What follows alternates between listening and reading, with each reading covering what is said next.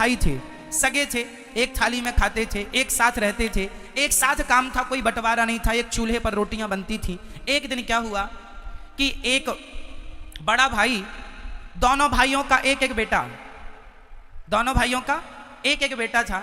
अब जरा ध्यान से सुनिएगा। एक दिन बड़ा भाई खेत से लौटा तो वो आम के पके पके 2 फल लेकर के आया, क्योंकि उसके खेत में आम थे तो पके हुए 2 आम लाया। संयोग देखिए कि एक आम बड़ा था और एक आम का साइज छोटा था, और उसके इस हाथ में बड़ा आम था, इस हाथ में छोटा आम था। जब वो बड़ा भाई अपने घर गया तो उसके दोनों बच्चे, छोटे भाई का बेटा और खुद का बेटा, दोनों आए। दोनों ने कहा आम, एक ने कहा पापा आम लाए हैं, दूसरे ने कहा ताऊ जी आम लाए हैं। लेकिन देखिएगा, जिस हाथ में बड़ा आम था उस तरफ छोटे भाई का बेटा खड़ा था, और जिस हाथ में छोटा आम था उस तरफ उसका खुद का बेटा खड़ा था। तो उसने क्या किया, अपने हाथों को यूं कर लिया, ये लो आम। उसने हाथों को, उसको लगा कि मेरा बेटा बड़ा आम खाए और मेरे भाई का बेटा छोटा आम खाए। ये तो आम की बात थी, बच्चों को तो क्या पता कि ये कपट कर रहे हैं, पर बच्चों ने तो खाया। पर उसकी इस करतूत को उसका भाई छत से देख रहा था। उसके भाई को लगा कि, तुरंत उसने नीचे उतर के अपने भाई के चरण छुए और भाई से हाथ जोड़कर कहा भैया अब हम अलग होना चाहते हैं। क्यों, क्या हुआ तुझे? नहीं भाई अब अलग रहेंगे। उसने अपना घर, अपना चूल्हा, अपना सब अलग अलग कर लिया। विवाद होके, झगड़ा करके अलग अलग होए, उससे अच्छा प्यार से अलग अलग। तो बड़े भाई ने छोटे से पूछा मेरे भाई बता तो सही, क्या गलती हुई मेरे से, तू मुझे छोड़कर क्यों जाता है? उसने कहा भाई अब आपके अंदर कपट आ गया। उस दिन आपने आम दिए थे बच्चों को, तो आम जब आपने दिए तो आपने हाथ यूं कर लिया।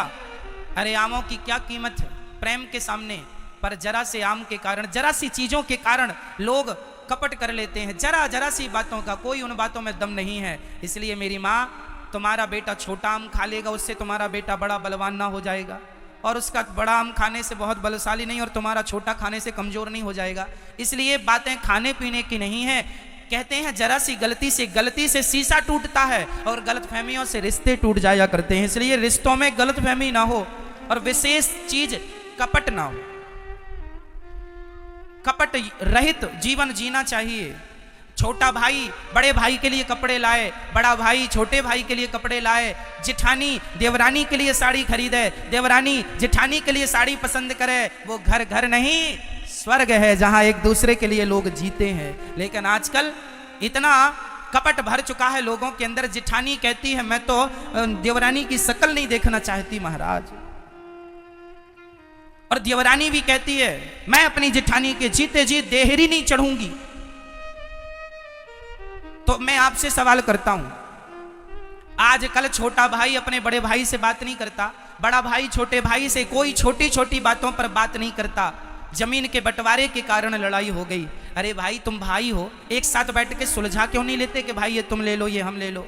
एक ही अपने आप को सरेंडर कर दो, और हो सके कोशिश करो झगड़ा ना हो। चूल्हे अलग होए चलेगा, घर अलग होए चलेगा, कारोबार बिजनेस अलग होए चलेगा, पर मन दिल नहीं होना चाहिए अलग अलग। अलग होकर भी एक रहो। यही जहां सुमति तहां संपत्ति नाना, जहां कुमति तहां विपत्ति निदाना। आज भाई भाई लड़ रहे हैं जरा जरा सी बातों में, पड़ोसी पड़ोसी लड़ रहे हैं जरा जरा सी बातों में। क्या मिल जाएगा तुम्हें लड़कर झगड़कर? आपस में प्रेम करना सीखो। हम मर जाएंगे, कुछ बांध करना तुम्हारे बाप ले गए ना तुम ले जाओगे, केवल प्रेम ही रह जाता है मेरी माँ इस धरती पर। हमारे और आपके द्वारा प्रेम ही रह जाता है। इसलिए प्रेम से रहा करो, निष्कपट होके रहा करो, कोई कपट ना हो, सबके प्रति प्रेम हो। पूतना के अंदर कपट था, इसलिए भगवान ने उन्हें भाई के घर नहीं जाता। उसका भाई जब मरेगा तब जाओगे कि नहीं मरे में? बोलो हाँ या ना? जाओगे तो मरे में जाओगे, जीते जी नहीं जाओगे। तो समझदार हो के बेवकूफ हो क्या हो? अरे मरने पर तो दुश्मन भी आता है, मरने के बाद तो दुश्मनी छोड़कर दुश्मन भी आता है। जीते जी भाई का रिश्ता निभा लो। माना कि भाई गलत है, आप सही हैं, पर फिर भी कुएं में बाल्टी उतरती है तो जब तक झुकती नहीं है तब तक भरती नहीं है। यदि झुक जाए तो बाल्टी भी पानी से भर जाती है। यदि झुककर रिश्ते बचा सको तो झुककर रिश्तों को बचा लेना चाहिए। आपकी अकड़ से कहीं रिश्ते टूट ना जाए मेरी माँ। इसलिए बताइए, हमारे बड़े बुजुर्ग कहते हैं कि रिश्ते उलझ जाएं, धागा उलझ जाए तो उसे सुलझा लो, कैंची चलाना ना पड़े। उसी प्रकार रिश्तों के धागे उलझ जाएं, रिश्ते उलझ जाएं तो सुलझा लो, उनमें कैंची ना चलाना पड़े। रही मन धागा प्रेम का मत तोड़ो चटकाए, टूटे से फिर ना जुड़े, जुड़े तो गांठ पड़ जाए। ये प्रेम की डोरी मेरी माँ बनी रहे, बनी रहे। तो आप में से कितने लोग आज मुझे ये विश्वास देंगे कि आप लोग अपने रिश्तों को बड़ी समझदारी से निभाएंगे, प्यार से। हो गई बातें, लड़ाई हो गई थी, झगड़ा हो गया था, अब तो गले लग लो, अब तो प्यार से। अरे शरीर में घाव हो जाएं तो समय आने पे पुर जाते हैं, भर जाते हैं कि नहीं? हाँ या ना? जब शरीर का नियम ये है कि समय पर घाव भर जाते हैं तो तुम्हारे जीवन के पुराने घावों को तुम भर क्यों नहीं लेते और क्यों नहीं प्यार मोहब्बत से रहने लग जाते? ये अकड़ कब तक चलेगी? अकड़ नहीं मेरी माँ, अकड़ नहीं। आज लोग जरा जरा सी बातों में अकड़ दिखाते हैं। जरा जरा सा, किसी को जरा सा धन मिल जाए, जरा सा पैसा मिल जाए, जरा सी प्रतिष्ठा बढ़ जाए तो लोग चलते नहीं है, उड़ने लग जाते हैं। कई लोग उड़ते हैं, चलते नहीं है। कई लोगों को बड़ा घमंड होता है, बड़ा अहंकार होता है, मेरे पास ये है, मेरे पास ये है। अच्छा, कब तक रहेगा ये और बता दो। ये 5 स्त्रियां मैं कई बार आपको समझा चुका हूं, फिर दोहरा देता हूं। हम सबकी 5 इंद्रियां हैं। जो हमारी इंद्री हैं, शब्द, स्पर्श, रूप, रस, गंध, एक्चुअली ये हम इन सब के गुलाम हैं। हमारी एक आंख नाम की इंद्री है, चक्षु, ये आंख। सच कहूं मेरी मां, ये आंख ना आपको गुलाम बना के रखी है। आप किसके गुलाम हैं? अपनी आंखों के। आंख चाहती है कि हम बढ़िया बढ़िया देखें, तो आप इसे दिखाते हैं और इसे दिखाने में बहुत सारे पैसे भी खर्च होते हैं। आंख कहती है चलो कुल्लू मनाली देख के आओ, कैसी है? आंख कहती है चलो जम्मू कश्मीर देख के आओ, वादियां देख के आओ, कैसी है? आंख कहती है चलो कुतुब मीनार देख के आओ। आंख कहती है चलो लाल किला देख के आओ। आंख कहती है चलो ताजमहल देख के आओ। आंख का ही तो झंझट है, आंख पूरा चक्कर लगवाती है। अच्छा, जो अंधे हैं कभी उनका मन होता है कि चलो लाल किला देखें, ताजमहल देखें, कुतुब मीनार देखें, कश्मीर देखें? अंधों की इच्छा होगी तो सारी फसाद की जड़ क्या है? बोलो मेरी माँ। हमारी आंख परेशान करती है, खुद की आंखें, और आरोप लगाते हैं आप दूसरों को, महाराज जी ये बहुत परेशान करता है। हम पड़ोसियों से परेशान नहीं हैं, हम जमाने से परेशान नहीं हैं, हम अपनी इच्छाओं से परेशान हैं। एक इच्छा है आंख की। बताओ आंख की क्या इच्छा है? बोलो, बोलो जोर से। देखने की। आंख की इच्छा क्या है?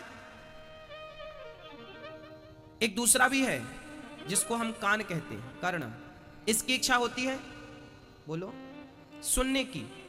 ये हमेशा कहता है सुनाओ कोई बढ़िया सा, सुनाओ कुछ बढ़िया सा। क्या पुराना पुराना सुनाते, कुछ नया सुनाओ। कान की इच्छा क्या होती है सदा? हाँ, चलो थोड़ा सास की बुराई सुनाओ, बहू की बुराई सुना दो, पड़ोसी के साथ क्या हुआ सब सुनाओ। कान चाहते हैं सुनना, तारीफ सुनना चाहते। कई बार आपको लगता है हमारी कोई तारीफ करे, हाँ या ना? ये कान ना आदि हो गए हैं किस चीज के मेरी मां? सुनने के।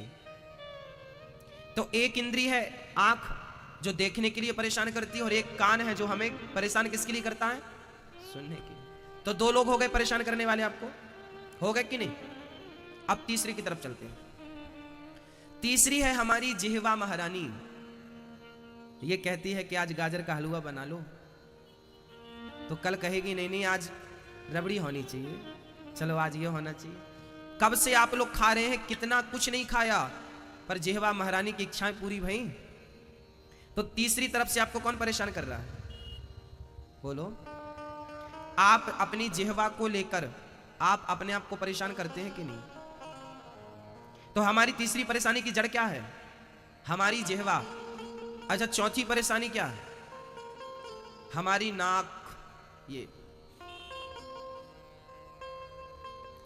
हमारी नाक महारानी जो है ना, ये भी बेचारी सूंघने की आदी है। इसे बढ़िया बढ़िया परफ्यूम, आपके घर पे लाइन लगी परफ्यूम की, ये वाला, ये ब्रांड, ये वाला, ये ब्रांड। आजकल सेंट के बिना कोई बाहर नहीं निकलता। अच्छा, हमारी आदत नहीं है सेंट डालने की। हमें लगता है कि शरीर से खुशबू कितने दिन तक आएगी, कितने घंटे तक आएगी। सच्चाई तो यह है कि शरीर दुर्गंध की खदान है। आना तो दुर्गंध ही है शरीर से। इसलिए खुशबू होनी चाहिए शरीर में नहीं, आपके चरित्र की खुशबू से महक जाए ये दुनिया। कुछ ऐसा कर दिखाओ। खुशबू चरित्र की हो, संस्कारों की खुशबू हो, आपके शिष्टाचार की खुशबू होनी चाहिए, आपके धर्म की खुशबू होनी चाहिए, आपकी अच्छाइयों की महक दुनिया को पता चले। हाँ, ये तो खुशबू है। हाँ, ये चौथी इंद्री हमारी क्या है? नाक, जो हमें किसके लिए परेशान करती है? सूंघने के लिए। अच्छा, एक इंद्री और है जो सबसे खतरनाक। वो क्या है? वो कौन बताएगा? क्या है मेरी मां? क्या है? चमड़ी, त्वचा। ये चमड़ी हमें बहुत परेशान करती है। ये इंद्री कौन सी है? ये त्वचा है, स्पर्श है। ये चमड़ी हमें परेशान करती है। स्त्रियों की चमड़ी पुरुषों के लिए लालायित रहती है, तो पुरुषों की चमड़ी स्त्रियों के लिए लालायित रहती है। ये स्पर्श करना चाहती है, अर्थात भोगों की तरफ ले जाती है। स्त्री पुरुष की कामना करती है और पुरुष स्त्री की कामना करता है, और पूरी जिंदगी हम भोगते भोगते भोगते भोगते हमें लगता है बड़ा सुख मिल रहा है, बड़ा मजा आ रहा है, पर ये नहीं समझते कि इस मजे के चक्कर में तुम्हारी पूरी जिंदगी, जवानी समाप्त हो गई। इतना बुढ़ापा आ गया कि अब एक कदम भी चला नहीं जाता। यही भोग भोग में पूरी जवानी, पूरा समय, पूरी शक्ति गवा दी, पता ही नहीं चला। भोगते रहे भोगते रहे भोगते रहे। एक कुत्ते को हड्डी मिल गई, उस कुत्ते ने हड्डी को पकड़ लिया और उसे कुतरने लगा, काटने लगा। अब क्या हुआ? हड्डी से तो खून निकल नहीं रहा था क्योंकि हड्डी सूखी थी। अब कुत्ते ने क्या किया? कुत्ते ने हड्डी को काटना शुरू किया, तो काटते काटते हड्डी से कुत्ते के मसूड़े कट गए। हड्डी तो कुछ नहीं, हड्डी का क्या बिगड़ेगा? कुत्ते के मसूड़े जो थे वहां से ब्लड आने लगा, रक्त बहने लगा। फिर क्या हुआ? फिर हुआ ये कि कुत्ते का ही खून निकलता, उस हड्डी पे लगता, और फिर कुत्ता वो हड्डी का खून चाट लेता। तो कुत्ते को लग रहा था कि खून हड्डी से निकल रहा। कुत्ते को क्या गलतफहमी हो गई? कुत्ते को गलतफहमी हो गई कि हड्डी से मजा आ रहा है खून चाटने में, ये बहुत स्वादिष्ट लग रही है, जबकि वो रक्त किसी और का नहीं, वो उसी का था। बस हम सबकी भी हालत उसी कुत्ते की तरह है।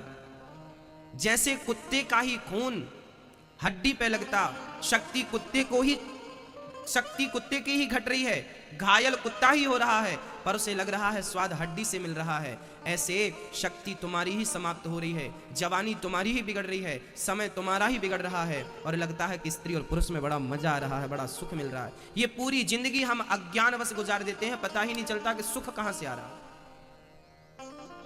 पूरी जिंदगी हम गुलामी करते हैं न भोगों की। तो हमें परेशान करने वाले हमारे पास कितने लोग हो गए? बोलो, कितने हो गए? 5। हमें ये 5 लोग पूरी जिंदगी परेशान करते हैं, और हम क्या करते हैं? इन 5 की इच्छा पूरी करने में लग जाते हैं। आप लोग कहते हैं ना हम अपने बच्चों के लिए कर रहे हैं, खबरदार जो आज के बाद ऐसा कहा। आप अपने बच्चों के लिए नहीं कर रहे हैं, आप इन 5 लोगों के लिए कर रहे हैं। आप अपनी आंखों के लिए कर रहे हैं या अपने कान के लिए कर रहे हैं? आपकी इच्छा है कि मेरा बंगला हो, फिर इच्छा होगी कि जब मैं बंगले में जाऊं तो लोग मेरी तारीफ करें, तो आपकी आंख देखने को भी तैयार। बढ़िया बढ़िया झरने हैं, सब प्राकृतिक हैं। हमने कहा कि जिस परमात्मा ने इतने सुंदर झरने बना दिए, जिस परमात्मा ने इतनी सुंदर वादियां बना दी, जरा विचार करो कि उस परमात्मा का कोई दर्शन कर ले तो क्या उससे देखने के बाद कुछ देखना बाकी रह जाएगा? हमने तो बिहारी जी को देख लिया है, बांके बिहारी जी श्रीधाम वृंदावन में बैठे हैं। हमारे बिहारी जी को देखने के बाद, सांवरिया सेठ को देखने के बाद, श्रीनाथ जी को देखने के बाद, जगन्नाथ भगवान को देखने के बाद भी क्या कुछ देखने की इच्छा रह जाएगी? ब्रज की रज मस्तक पे लगाने के बाद फिर कोई शेष इच्छा नहीं रह जाती भक्तों। बस वो रज उठाकर, वो रज तो राधा रानी के चरणों का प्रसाद है, वो यदि मस्तक पे धारण हो जाए एक बार तो फिर उसके बाद कोई इच्छाएं नहीं रह जाती। तो जिसने ये प्रकृतियां और वादियां बनाई हैं उनमें मन लगाओ भक्तों। ये वादियां देखते जाओगे जी नहीं भरेगा, पर गिरधर गोपाल को देखने की एक बार मन में इच्छा जाग गई और मन स्थिर हो गया तो आप दुनिया में सबसे सुखी व्यक्ति बन जाएंगे। फिर कोई तमन्ना नहीं, कोई चाहत नहीं। हाँ, तो आंख लगाओ गोविंद के चरणों में और कान लगा दो भगवान की कथा में, तो देखो दोनों इंद्रियां सफल हो गई। और नहीं तो ये बेकार है, फिर तो अंधे रहना ठीक है, बहरा रहना ठीक है। यदि आप एक एक घंटे दुनिया की पंचायत सुनती हो माँ और कथा में आप नहीं आती हो, कथा नहीं सुनती हो, तो मुझे लगता है कि आपका बहरा रहना ही अच्छा है। फिर आपको कान जो ईश्वर ने दिए हैं ना वो बेकार है, अगले जन्म में कभी भगवान गलती करेगा नहीं। यदि आपकी जिह्वा है और आप अपनी जिह्वा से केवल स्वाद ही लेते हैं और आप अपनी जिह्वा से राम नाम नहीं जपते, आप अपनी जिह्वा से भगवान का नाम नहीं जपते, तो मुझे लगता है कि आपकी जिह्वा बेकार है, इसे काट देनी चाहिए, है ना। ये जिह्वा केवल उल्टा सीधी बातें करेगी। केवल राम नाम के लिए परमात्मा ने यह जिह्वा दी है, क्यों ना ये नाम जप लिया जाए इस जिह्वा से। यदि हमारी नाक है तो जानते हो किस लिए? खुशबू किसकी लेनी चाहिए? भगवान के चरणों में जो पुष्प चढ़े होते हैं ना, उन चरणों के पुष्पों को भगवान को उठाओ, उसे हम निर्माल्य कहते हैं। इसे क्या बोलते हैं? जो भगवान को पुष्प चढ़ जाते हैं उसके बाद जो शाम को पंडित जी वो पुष्प उतारते हैं उसे कहते हैं निर्माल्य। क्या बोलते हैं? वो निर्माल्य। कभी कभी मंदिर जाओ तो पंडित जी आपके गले में माला पहना देते हैं, कभी कभी आप बिहारी जी जाएंगे तो वहां पुष्प फेंके जाते हैं, कभी कभी आपके हाथ में आ जाते हैं। आप उन पुष्पों का क्या करते हैं? याद रखना, वो पुष्प प्रसाद स्वरूपों से फेंका नहीं जाता। जब कभी गुरु आपको कोई माला पहनाए, जब कभी पुजारी जी आपको कोई माला पहनाए तो उसे उतार के रख मत देना, वो तो प्रसाद स्वरूप है, वो आपकी कामयाबी का प्रतीक होगा, वो आपको कामयाब बनाएगा। प्रिय भक्तों, वो प्रसाद है, ये निर्माल्य है। अब जैसे आपको मैंने भागवत जी का उतारा हुआ ये माला देखिए, अब ये भागवत जी को चढ़ा है ना, यदि मैं ये उतार के आपको दे दूं या आपके गले पे डाल दूं तो ये प्रसादी, महान प्रसादी, ये भागवत जी की महाप्रसादी हो गई। इसे हमें क्या करना चाहिए? जब कभी भी गुरु माला दे, जब कभी भी पुजारी जी माला दे, तो सबसे पहले उस पुष्प को अपने दोनों नेत्रों में लगाना चाहिए। हे प्रभु, आपके चरणों की प्रसादी में अपने मस्तक पे, यो नेत्रों पे लगाओ, फिर